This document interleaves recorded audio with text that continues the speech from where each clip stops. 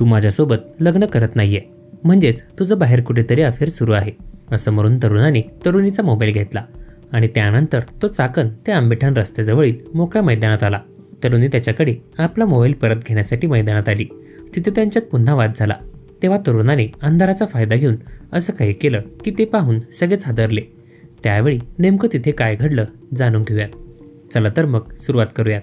प्राची विजय माने, वय वर्ष 21, मूळची इस्लामपूरची, सध्या राहणार आंबेठाण, तालुका खेड, जिल्हा पुणे, आणि अविराज रामचंद्र खरात, राहणार मानेमळा, साखराळे, तालुका वाळवा, जिल्हा सांगली.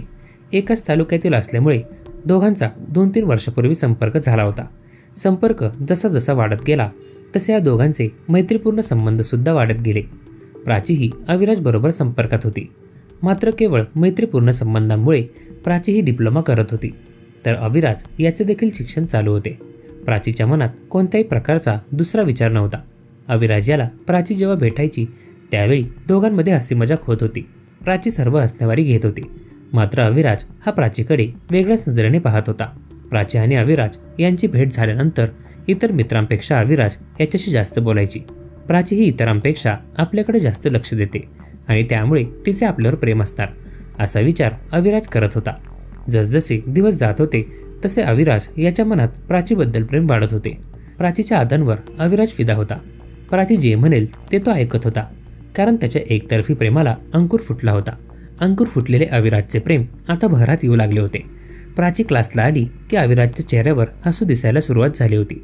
आज न उद्या प्राची आपली बायको होणार असं स्वप्न अविराज मनात पाहत होता. प्राची जेव्हा कोणाशी बोलताना दिसली तेव्हा अविराजला राग यायला सुरुवात झाली होती, कारण प्राचीने आता माझ्याशिवाय दुसऱ्या कोणाशीही बोलू नये असं अविराजाला वाटू लागले. प्राचीचा प्रेमळ आणि मनमिळाऊ स्वभावामुळे ती बिंदास बोलत असायची. अविराज आणि प्राची यांची याबाबत चर्चाही झाली होती. अविराजने एक वेळ, प्राची तू मुलांसोबत बोलत जाऊ नकोस, मी आहे ना तुझ्यासोबत बोलायला.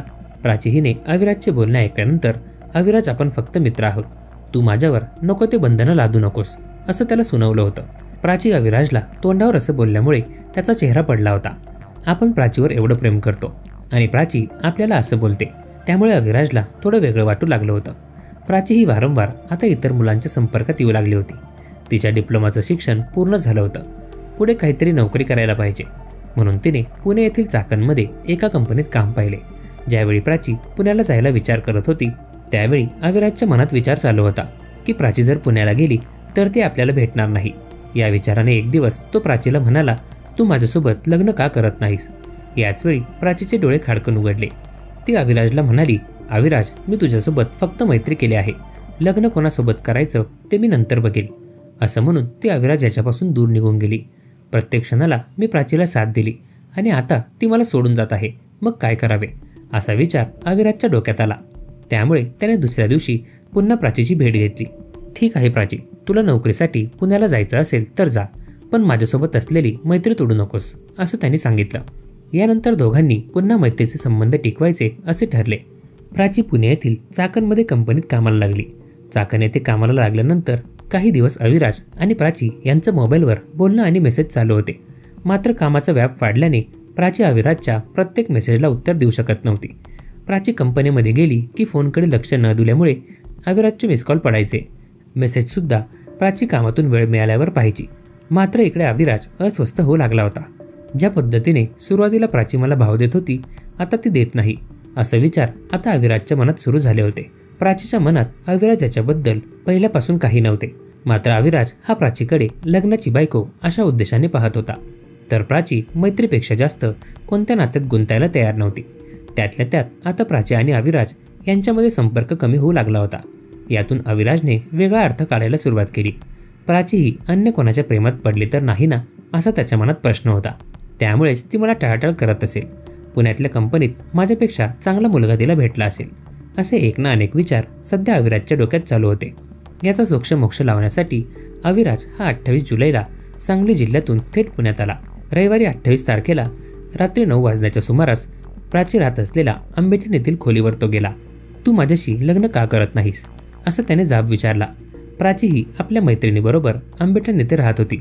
अविराजला रूममध्ये पाहून प्राची हैराण झाली होती. अविराज तू इथे काय करतोयस असं ती म्हणाली. यावेळी अविराज याने प्राचीला जाब विचारला की ती त्याच्या फोन आणि मेसेजला उत्तर का देत नाहीये. तिने त्याला कामात बिझी असल्याचं सांगितलं, पण तो तिच्यासोबत वाद घालू लागला. तुझं तुझ्या कंपनीमध्ये अफेअर चालू आहे, मला तुझा फोन दाखव, असं म्हणून तो तिचा फोन खेचू लागला. प्राची फोन द्यायला तयार नव्हती, त्यामुळे अविराजने तिचा मोबाईल खेचला आणि तिथून निघून आंबेठाणच्या दिशेने गेला. त्यानंतर तिचा मोबाईल घेऊन चाकण ते आंबेठाण रस्त्याजवळील मोकळ्या मैदानात तो आला. प्राची त्याच्याकडे आपला मोबाईल परत घेण्यासाठी मैदानात आली. तिथे त्यांच्यात पुन्हा वाद झाला.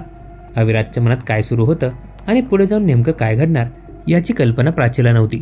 मी तुला आवडत नाही का? कंपनीत लागल्यापासून तू माझ्यासोबत बोलत नाहीस, माझ्या मेसेजचे उत्तर देत नाही. मी तुझ्यावर एवढं प्रेम केलं, तू माझ्याशी लग्न करायला का नको म्हणतेस? तू मला का टाळतेस? असे अनेक प्रश्न अविराज प्राचीला विचारत होता. प्राची फक्त सर्व ऐकून घेत होती, कारण प्राचीच्या मनात मैत्रीचे संबंध होते. लग्न वगैरे असं काहीच तिच्या डोक्यात नव्हतं. मात्र अविराज हा एकतर्फी प्रेमाने पुरता बेभान झाला होता.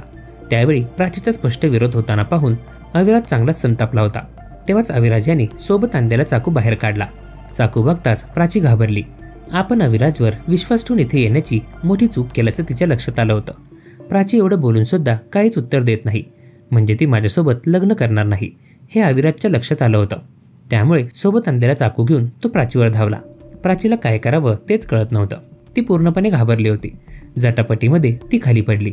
याच वेळी अविराज याने सोबत आणलेल्या चाकूने तिच्या गळ्यावर आणि पोटात वार केले. खोलवर वार होऊन तीव्र रक्तस्राव झाला. त्यातच तिचा मृत्यू झाला.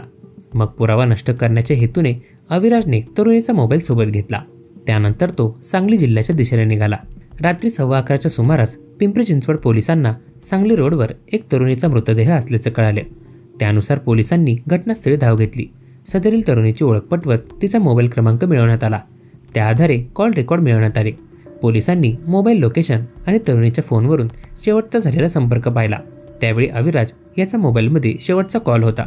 माहिती मिळाल्यानंतर पोलीस पथकाला आरोपी सातारा ते कराड रोडवर त्याच्याकडील दुचाकीवरून प्रवास करत असल्याची माहिती मिळाली.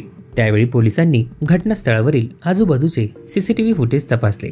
तांत्रिक विश्लेषणात्मक तपास करून आरोपी हा सातारा ते कराड महामार्गावरून प्रवास करत असल्याचं समजले आणि त्यावरूनच त्याचं लोकेशनही मिळालं. त्यानुसार सापळा रचला गेला. 10 ते 15 किलोमीटर आरोपीचा पाठलाग केला गेला. आरोपी दुचाकी न थांबवता वेगात पुढे काढण्याचा प्रयत्न करत होता. याचवेळी पथकातील पोलिसांनी त्याला ताब्यात घेतले. त्याच्याकडून 3 मोबाईल व दुचाकी ताब्यात घेतली गेली. याबाबत काही माहिती नसताना पोलिसांनी हा तपास केला. गेल्या काही महिन्यांपासून महाराष्ट्रात गुन्हेगारी वाढत चालली आहे. एकतर्फी प्रेमातून खून वाढत आहेत. ज्या पद्धतीने खून केले जात आहेत, एवढी क्रूर भावना मनात का तयार होते याचा विचार प्रत्येकाने केला पाहिजे. या सगळ्या प्रकरणानंतर राज्य सरकार महिलांच्या सुरक्षेसाठी कोणत्या उपाययोजना करणार हे पाहावं लागेल. अशा प्रकरणातील आरोपींना फास्ट ट्रॅक कोर्टानं फाशीची शिक्षा सुनावली जावी अशी मागणी नागरिकांकडून होत आहे.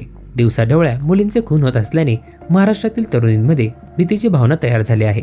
सरकारने काहीतरी पावले उचलावीत अशी मागणी सध्या जोर धरू लागली आहे.